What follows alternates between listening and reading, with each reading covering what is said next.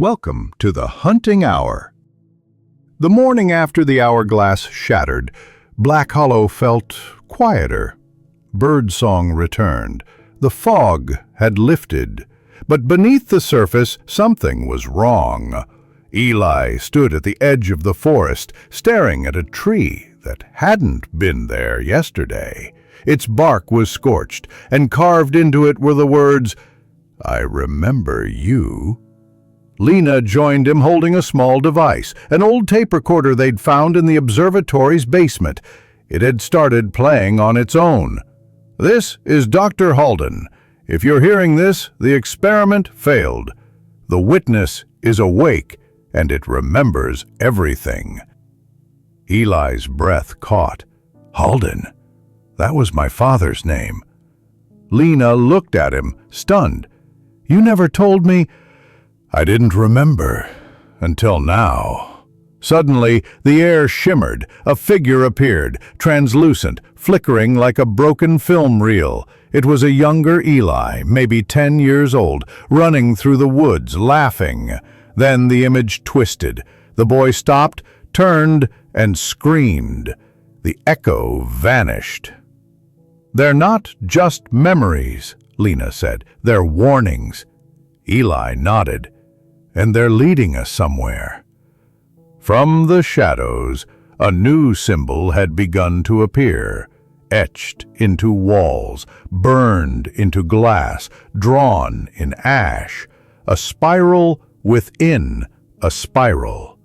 The mark of the Creator. The spiral symbol led them to the outskirts of Black Hollow, to a place neither of them remembered, the Halcyon Institute. Overgrown and half-swallowed by the forest, the building looked abandoned, but the lights inside flickered faintly, as if the building itself was breathing. Lena brushed moss from a rusted plaque near the entrance. Halcyon Institute for Temporal Research, established 1973. Eli stared at it, his voice barely a whisper. "My father worked here." Inside, the air was thick with dust and static. Old monitors blinked to life as they passed, displaying fragmented footage. Eli as a child, strapped to a chair, electrodes on his temples. A man, Dr. Halden, stood beside him, speaking to someone off-screen. "He's the perfect candidate. His mind is already fractured. The witness will take root easily." Eli staggered back. "They used me. I wasn't just a vessel, I was the seed." Lena grabbed his hand. "Then we find the root. We end this." They descended into the lower levels, where the walls were lined with mirrors, each one reflecting not their current selves, but versions of them from other timelines. In one, Lena was alone. In another, Eli was the witness. At the end of the corridor stood a sealed door, marked with the spiral symbol. As they approached, the door... Eli stepped forward, his voice trembling. "You did this to me." Halden nodded slowly. "I did. And I've spent every moment since trying to undo it." Lena circled the room, scanning the monitors. They displayed timelines, hundreds of them. Each one a variation of Black Hollow, of Eli, of the witness.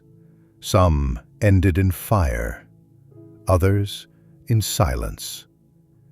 "You created the witness," she said. "Why?" Halden's voice cracked. "We were trying to preserve memory, to create a consciousness that could survive temporal collapse. But it needed a host, a mind fractured enough to hold infinite versions of itself." Eli's hands curled into fists. "You used me!" "You were already broken," Halden whispered. "I thought I could save you by making you eternal." The lights flickered. A low rumble echoed through the chamber. One of the monitors went black, then another. The witness was coming.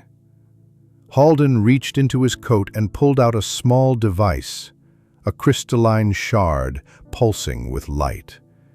"This is the seed core," he said. "It's the original fragment of the witness's consciousness. If you destroy it, you sever its anchor to this reality." Lena took it carefully. "And what happens to Eli?" Halden looked at his son, tears in his eyes. "He might survive, or he might unravel." Eli stepped forward, eyes steady. "Then let's find out." Suddenly, the walls trembled. A shadow spilled into the room, tall and shifting, its face a mirror of Eli's own. The witness had arrived. The witness stepped into the chamber, its form shifting like smoke caught in a storm. It wore Eli's face, but older, colder, eyes hollowed by centuries of memory. The air grew heavy, the lights dimmed, and the machines around them began to fail one by one. Lena gripped the seed core tightly. "What do we do?" Dr. Halden backed away, his voice urgent. "You must bring it into the core field. The witness can't exist without its anchor." Eli stepped forward, facing the entity that had haunted him across timelines. "You're me, but you're not all of me." The witness tilted its head. "I am what you buried. Every lie, every failure, every version of you that gave up." Eli's voice was steady. "Then it's time to let you go." He lunged toward the center of the chamber, drawing the witness with him. The entity lashed out, memories erupting like shrapnel. His mother's voice, Lena's scream, the fire, the silence. But Eli pushed through, reaching the platform where the seed core could be activated. Lena followed, slamming the core into the console. The room exploded with light. The witness screamed, not in pain, but in resistance. It began to unravel, threads of memory peeling away, revealing glimpses of other timelines, collapsing in on themselves. Eli turned to Lena, his form flickering.